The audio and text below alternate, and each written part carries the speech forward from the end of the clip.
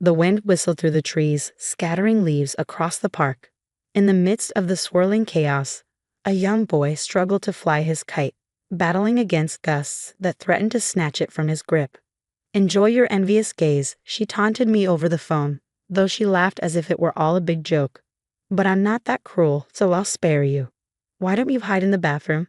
It might be less awkward for you." Her laughter echoed in my ear as she mocked me, and I could hardly stand it. This woman was the one person I despised the most in the world. No, in the entire universe. 13 years ago, she had stolen my husband away from me.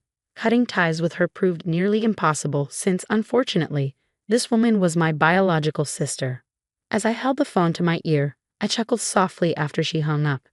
"My name is Ruth, a 37-year-old divorcee. My marriage crumbled within 6 months, all thanks to my conniving sister. My identical twin, Rachel, and I look so much alike that even longtime friends sometimes confuse us. However, our personalities are complete opposites. I'm more reserved and introspective, while Rachel is assertive and often takes the lead. In academics, I excelled. Rachel shone in sports. She tends to blurt out whatever she thinks, saying things like, 'How can you wear such unstylish clothes?' People might think I'm not stylish either, since we're twins. That would be awful." Our strained relationship extends beyond home. Back in our school days, Rachel would bring trouble my way. I often faced harassment from other girls on my walk home. "Stop hitting on my boyfriend," they would yell, even though I didn't know them. "Not again, Rachel," I'd mutter. Whenever Rachel found someone she was interested in, she would steal him away, even if he already had a girlfriend. While the men were to blame too, Rachel's behavior was far worse. I, often mistaken for her, became an unwitting victim. Once Rachel got the guy, she'd lose interest, sometimes breaking up with him in a week. It was unreal. "Rachel, you need to stop this nonsense. Have you ever thought about how the other girls feel? And how I'm suffering too?" I asked her once. Her response was dismissive.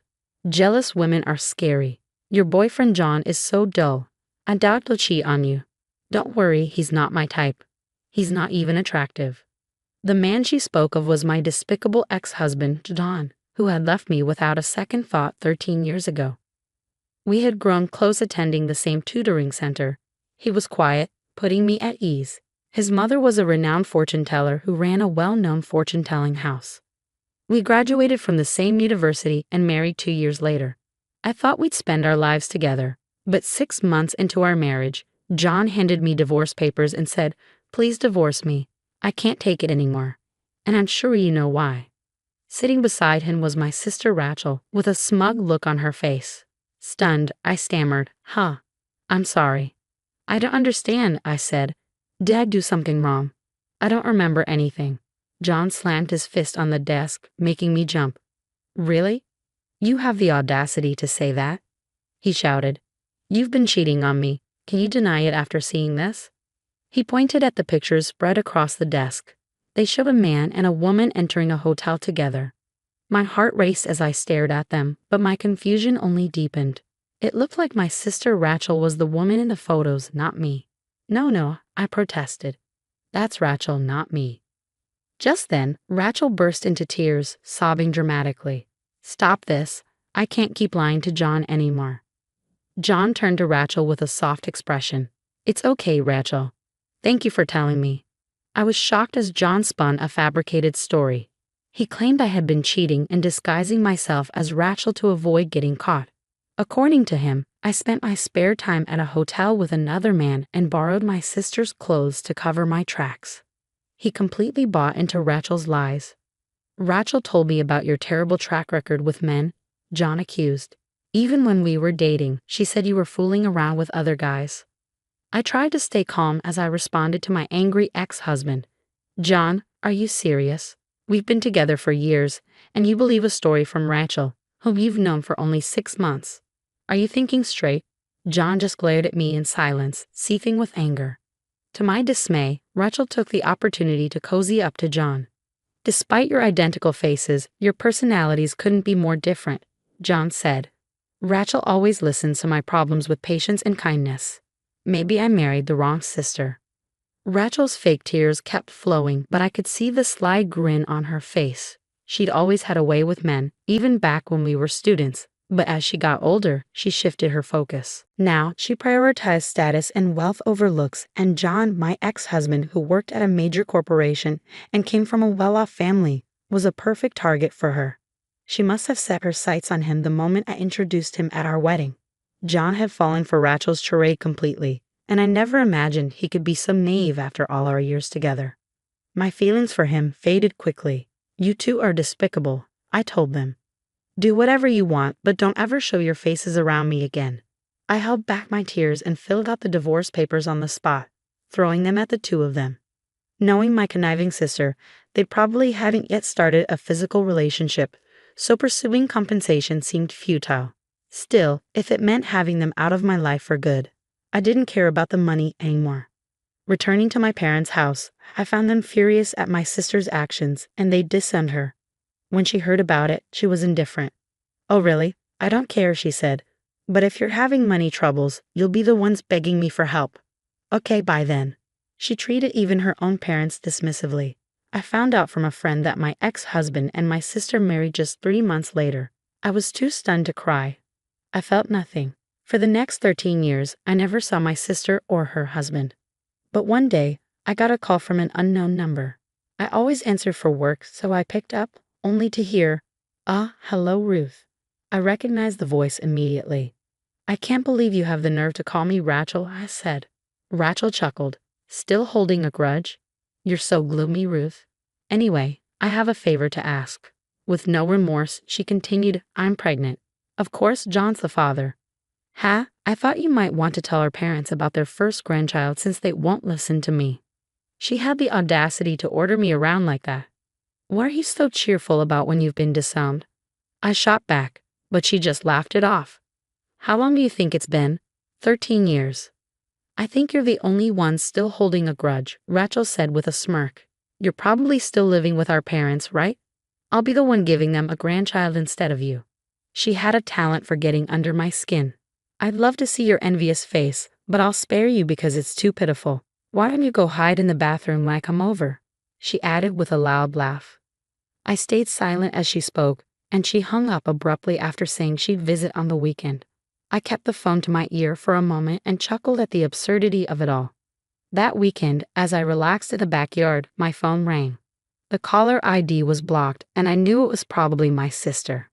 "Hey, unblock me already," I snapped. "Why would I unblock someone I don't want to hear from?" I shot back. "That's the point of blocking calls. Maybe you don't understand because you're too dense." I laughed sarcastically as something crashed on her end. "I've come all this way, and no one's home." "I told you I'd come today, didn't I?" Rachel shouted, clearly irate. "Huh, you were serious. I thought you were joking," I replied. "Besides, you hung up before I could tell you I don't live there anymore." Judging by her shaky, enraged voice, it seemed she was standing in front of our old family home, unaware that none of us lived there anymore. The commotion she was causing would likely disturb the neighbors, so I gave her my current address and hung up. About an hour later, the doorbell rang. I opened the door to find a sullen-faced Rachel and my ex-husband John. "You've got some nerve," she snapped. "And what is this place? Why on earth are you living in such a nice apartment?" Her eyes were bloodshot with anger as she glared at me. I understood her shock. My apartment was relatively new, located in a great neighborhood, and not cheap. It wasn't a luxury high-rise, but it was a decent property, and her irritation was evident. Ignoring the fuming Rachel, I turned my attention to John and asked, "Is there something I can help you with?" I told them, "The neighbors won't appreciate all this noise. Why don't you come inside?" As I led them into the living room, Rachel seemed surprised by the room's spaciousness. Her frustration was obvious, and I couldn't help but smirk at her reaction. My mother, who I lived with, was sitting on the couch silently observing Rachel. "Well, you said you had something to discuss," I said, feigning politeness. "I don't mind at all, but if I'm in the way, should I hide in the bathroom or something?" I added with a sarcastic edge. Rachel snapped back, "Never mind, I'm good." She moved closer to our mother and greeted her nervously. "Hi, Ma. Long time no see. I'm pregnant, so we were hoping to talk about whether John and I can stay here for a while." At my sister's audacious request, I nearly burst out laughing. "Wait, you want me to live with you too?" "No way. Have you forgotten what you did to me in the past?" "Absolutely not." Rachel interrupted. Ruth, just shut up. This house is still under Dad's name, right? You can't get remarried and you're still leeching off our parents. How pathetic for a single woman like you. Then she added with a smug grin, great job taking care of our folks.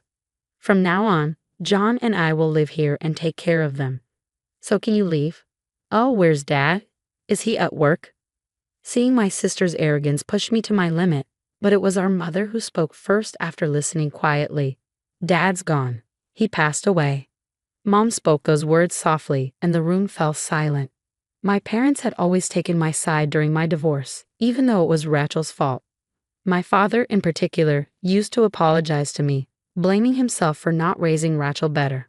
I'm sorry, Ruth, he would say. It might be my fault. His regret deepened over time, and he struggled to keep working. Both of my parents were in their early 50s back then, and we were getting by on my income and Mom's part-time job. Later, Dad was diagnosed with cancer and passed away 10 years ago. Before he died, he said, "Don't tell Rachel anything. If she comes to my funeral, I don't think I'll make it to heaven." I said, echoing my father's words. Mom and I had not contacted my sister Rachel since then. We moved into this house 5 years ago after Mom injured her leg from overworking. Renovating the old house would have been too costly, and since it was built on a hill, it would have been difficult for Mom to navigate. Living in this more accessible home has helped her legs heal significantly. I tried to speak calmly, but the thought of Dad's passing brought me close to tears. I could see that Mom felt the same, her eyes glistening with unshed tears. But Rachel's response was predictably dismissive. Too little, too late. Besides, Dad's illness wasn't my fault. You're living in this nice place now thanks to Dad's inheritance, right? Where's my share? Don't I have a right to inherit? Rachel spoke her nonsense without hesitation. Mom immediately shot back. Inheritance? There's no such thing. You only came to us when you got in trouble for your reckless behavior. How many times did we pay alimony because you had an affair with a married man? Live with you? Never. Don't be ridiculous. It was the first time both Rachel and I had seen Mom so infuriated. Sensing the tension, Rachel fell silent, and then John, who had been sitting quietly, finally spoke. Rachel, you've been deceiving me, haven't you? Since I married you, my life's been a mess. You're a reckless spender, and you never do any housework. I've met some guys who graduated from the same high school as you, and they all told me I was blind to marry you. I nearly burst out laughing at my ex-husband's words. It was impressive that he had endured 13 years with Rachel. Yet when he approached me and said, "Ruth, I've been regretting our divorce. Do you want to start over and let bygones be bygones?" I felt a chill run down my spine. No way. He had no right to suggest that. Just as I was about to dodge his attempt to touch me, the door to the next room swung open. "Could you not touch her with your dirty hands, please?" A man suddenly appeared, taking both Rachel and John by surprise. Ignoring my sister, I focused on the newcomer. As the man spoke, Rachel and John exchanged puzzled glances. "Who is he?" they murmured. "I told you to stay out of this," I said to the man, trying to shield him from the conflict. "I couldn't stand by when he tried to touch you, Ruth," he said firmly. "Besides, having a third party might help the discussion. Don't you agree?" Fine, I relented. "This is my husband, Alex, and this is our son, Tommy." I called out to our 8-year-old son, Tommy, who had been peeking from behind the door. He must have overheard the commotion because he was glaring at Rachel and John. Rachel was stunned. "You're remarried?" she exclaimed, disbelief coloring her voice. John seemed just as shocked, his mouth hanging open. "Yes, I'm remarried," I said, a touch of sarcasm in my tone. "It's been 13 years, plenty of time for me to move on and build a new life. And yet, you two don't seem to have changed at all, except maybe looking older." Their faces turned bright red at my remarks. I met Alex shortly after my father passed away. We were colleagues, and one day he asked me out. When I declined, citing my divorce, he simply replied, "Does being divorced mean you can't remarry?" and asked me out again. We got married a year later, and Tommy was born the following year. Alex has always treated my mother with kindness, and he's supportive of us all living together.